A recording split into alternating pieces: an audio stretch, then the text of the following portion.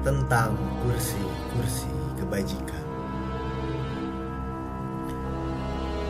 Zarathustra mendengar tentang seorang resi yang dipuji-puji karena dipandang berwacana dengan fasih tentang tidur dan kebajikan. Ia amat dihormati dan mendapat penghargaan karena itu. Semua orang muda bersimpu di hadapan kursinya. Zarathustra bertandang ke sana dan duduk di hadapan kursinya bersama semua orang muda. Maka demikianlah ujar sang resi. Hormati tidurmu dan berendah hatilah padanya. Itulah yang pertama, dan hindari orang-orang yang tidurnya resah serta bangun di malam-malam. Bahkan pencuri menjadi jengah bila dihadapkan dengan tidur. Ia selalu mencuri dengan lembut di malam hari. Tapi tak kenal malu si peronda, tak kenal malu ia tiup trompetnya. Tidur bukan seni yang sulit. Yang kau perlukan adalah terjaga sepanjang hari agar bisa melakukannya. Kau harus mengatasi dirimu sendiri 10 kali sehari. Itu menimbulkan keletihan dan menjadi candu bagi jiwa. 10 kali engkau harus berdamai kembali dengan dirimu sendiri. Buat mengatasi kepahitanmu. Sedang orang yang tak berdamai tidur dengan rusuh. Engkau harus menemukan 10 kebenaran dalam sehari. Kalau tidak, engkau akan mencari kebenaran di malam-malam pula, sebab jiwamu masih kelaparan. Engkau harus tertawa dan bersikap riang 10 kali sehari. Atau perutmu, ayah, dan penyakit akan mengganggumu di malam hari. Sedikit orang yang tahu kebajikan ini, tapi orang harus memiliki seluruh kebajikan ini agar dapat tidur dengan nyaman. Adakah aku bersaksi palsu? Adakah aku berzina? Akankah aku menghasratkan pelayan rumah tetanggaku? Tak satu pun hal ini sesuai dengan tidur yang nyenyak. Dan kalaupun seseorang sudah memiliki seluruh kebajikan, masih ada hal yang perlu diingat.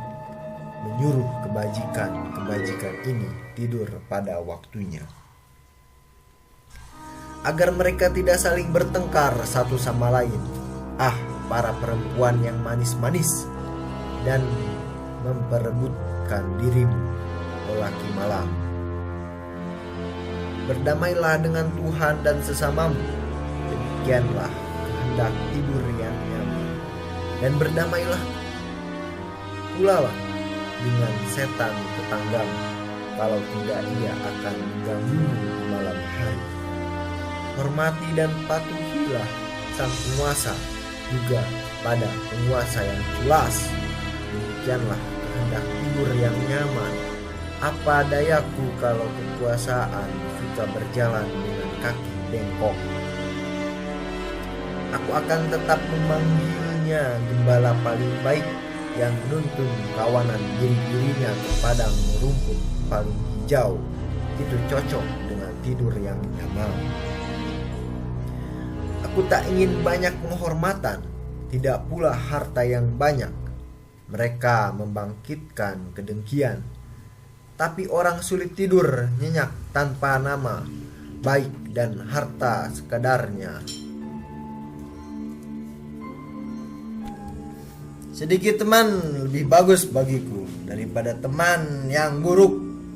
Tapi mereka harus datang dan pergi pada waktu yang tepat.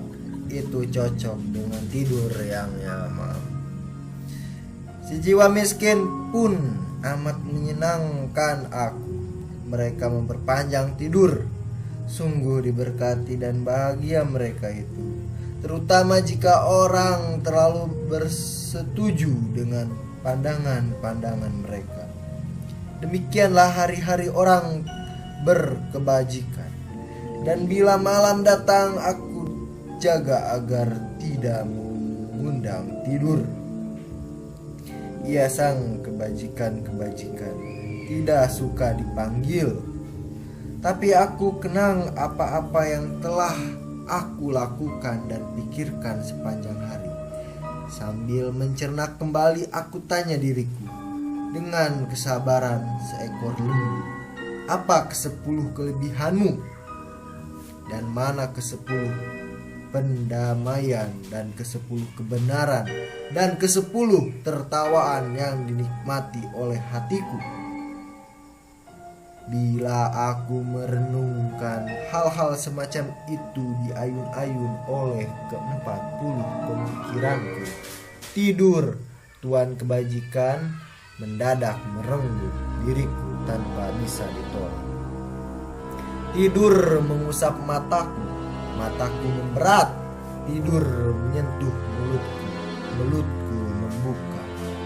Sungguh, ia menjemputku mengenakan alas kaki yang lembut, pencuri tersayang, dan mencuri benakku dari diriku.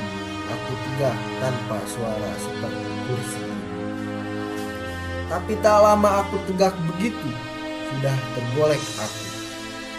Bila Zarathustra mendengar perkataan sang resi, ia pun tertawa dalam hatinya. Sebab lewat perkataan itu sebuah cahaya terbit dalam dirinya. Maka ia berkata demikianlah dalam hatinya. Orang arif ini bersama ke-40 pikirannya tampak padaku bagai orang bingung. Tapi aku percaya ia tahu benar caranya tidur. Bahagialah ia yang tinggal di sekitar rumah sang resi ini. Tidur semacam itu pasti menular, malah bisa menembus dinding tebal. Sebuah pukauan bahkan terkandung di kursinya, sedang para orang muda tidak sia-sia duduk di hadapan pengkhotbah kebajikan itu. Kearifannya, bangunlah agar tidur nyenyak. Sungguh, jika kehidupan tak masuk akal sedang aku harus memilih yang tidak masuk akal, inilah ketidakmasuk akalan yang pantas bagiku pula. Kini jelas sudah apa yang pernah orang-orang cari di atas segalanya tatkala mereka mencari guru-guru kebajikan. Mereka mencari tidur yang nyenyak serta candu kebajikan untuk mendatangkannya. Bagi semua orang pintar yang dipuji-puji yang menduduki kursi-kursi akademik mereka, kearifan berarti tidur tanpa mimpi. Mereka ini tidak mengerti makna kehidupan yang lebih baik. Dan hari ini pun ada beberapa pengkhotbah kebajikan serupa ini. Tak selalu terhormat, tapi waktu mereka sudah usai, mereka tak selayaknya berdiri lebih lama. Mereka sudah tergolek. Diberkatilah para manusia mengantuk ini, sebab mereka segera akan jatuh lelah. Demikian kata Zarathustra.